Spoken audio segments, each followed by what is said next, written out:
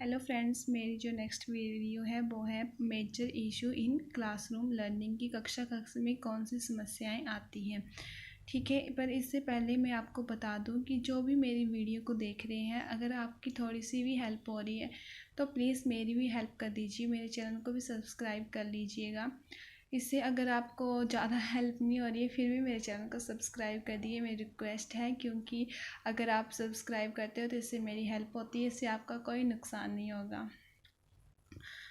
तो अब हम इसके बारे में जानेंगे क्या क्या समस्याएं आती हैं एक कक्षा के अंदर। तो सबसे पहले आती है, मैंने इसको सिर्फ पॉइंट्स ही लिखे हैं, इसके बारे में ज़्यादा मैं लिख नहीं पाई क्योंकि इसमें मेरे को इतना टाइम नहीं मिल पा रहा है। अपलोड होने में बहुत टाइम लग रहा है वीडियो को, और बच्चों के कल तो वैसे भी एग्ज़ाम है, तो जितना हो रहा है उतना ही कर पा रही हूँ मैं। तो सबसे फर्स्ट पॉइंट इसमें आता है अध्यापकों से संबंधित समस्याएं।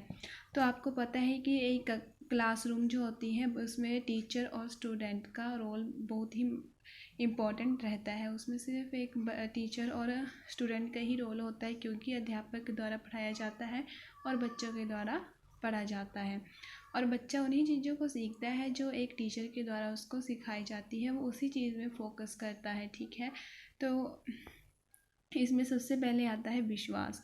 अगर एक अध्यापक का खुद के ऊपर कॉन्फिडेंस नहीं रहेगा तो वो बच्चों को क्या पढ़ाएगा। ठीक है, तो ये अध्यापक से संबंधित समस्याएं आ जाती हैं, जैसे रुचि का ना होना, no preparation of lesson plan, अध्यापकों की हेल्थ में प्रॉब्लम, यानी कि वो अगर हेल्थ से संबंधित उसको इशू होंगे तो वो बच्चों को कैसे पढ़ा पाएगा। ठीक है, वैसे ही एक्स्ट्रा लोड ऑफ स्टूडेंट, अगर एक अध्यापक बच्चों को एक्स्ट्रा लोड दे, मतलब एक्स्ट्रा पढ़ाई का लोड देता है तो बच्चा जो वो आसानी से नहीं पढ़ पाएगा।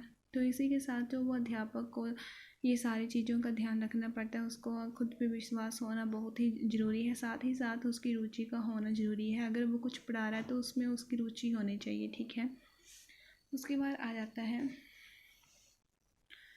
छात्रों से संबंधित समस्याएं। तो जिस तरह से अध्यापकों से संबंधित समस्याएं आती हैं वैसे ही छात्रों से संबंधित समस्याएं आती हैं, क्योंकि जिस तरह अध्यापक एक कक्षा में महत्वपूर्ण भूमिका निभाता है वैसे ही छात्र भी महत्वपूर्ण भूमिका निभाता है। इसमें सबसे पहले आ जाती है बच्चों की रुचि का न होना। अगर बच्चे की रुचि नहीं होगी, जैसे कि एक टीचर उसको पढ़ा रहा है, इसमें एक टीचर की रुचि का भी होना ज़रूरी है और उसके साथ साथ एक बच्चे की रुचि का भी होना ज़रूरी है। ठीक है, कक्षा से भाग जाना, आपको पता ही है, पहले जैसे कि सरकारी स्कूल होते थे तो वहाँ से बच्चे भाग जाते थे, लेकिन ऐसा तो अब होता नहीं है क्योंकि प्राइवेट स्कूल्स हैं, तो वहाँ पे तो कहाँ भागेंगे। आजकल तो कोरोना काल में वैसे भी क्या स्कूल, और सब उसमें एक्स्ट्रा लोड ऑफ स्टूडेंट है। तो ये पॉइंट जो है आप इसमें भी डाल सकते हैं और इसमें भी डाल सकते हैं, दोनों में ही आ जाता है। तो इसी के साथ ही 2 पॉइंट्स तो हो गए। उसके बाद हमारे नेक्स्ट पॉइंट आते हैं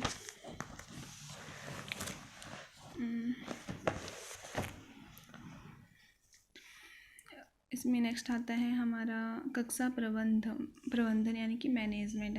तो इसमें कक्षा की मैनेजमेंट भी अच्छे से होना चाहिए, यानी कि इसमें टॉयलेट की भी प्रबंधन किया जाना चाहिए, चौक डस्टर इन सब चीज़ों का जो वो अच्छे से प्रबंध किया जाना चाहिए कक्षा में। ठीक है, अगर आपको बच्चे को पढ़ाना है तो उसमें एक वाइट बोर्ड भी अच्छा सा होना चाहिए, चौक भी होने चाहिए, हर चीज़ का जो उसमें प्रबंध किया जाना चाहिए अच्छे तरीके से। फिर उसके बाद नेक्स्ट आता है अध्यापक का कठोर व्यवहार।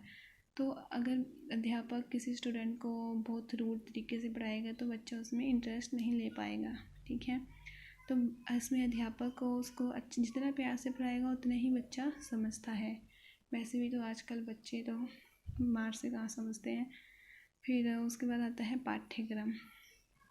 तो पाठ्यक्रम यानी कि करिकुलम जो है वो बच्चों की नीड के अकॉर्डिंग होना चाहिए।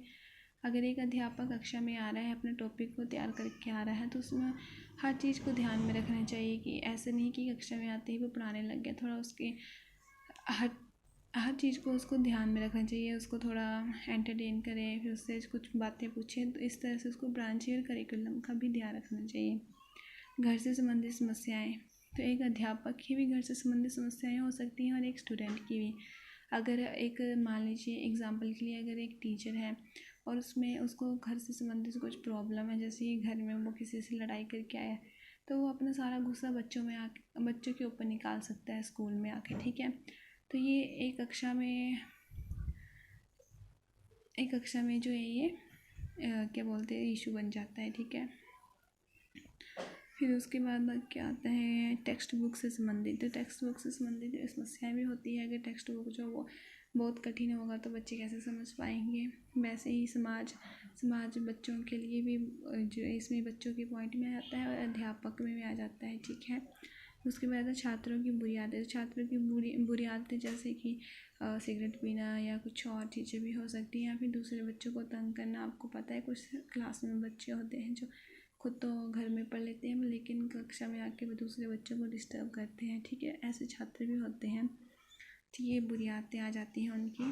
फिर उसके बाद आता है कुछ छात्रों की व्यक्तिगत समस्याएं। तो कुछ छात्रों की जो पर्सनल प्रॉब्लम्स भी हो सकती हैं जो कि इशू क्रिएट करे कक्षा में, ठीक है। उसके बाद आता है छात्र पर अतिरिक्त भार। तो अगर एक टीचर उसको बहुत ज़्यादा होमवर्क दे रहा है या फिर बहुत ज़्यादा स्ट्रेस दे रहा है तो वो भी एक प्रॉब्लम क्रिएट कर सकता है। तो ये आई थिंक 11 पॉइंट काफ़ी होंगे।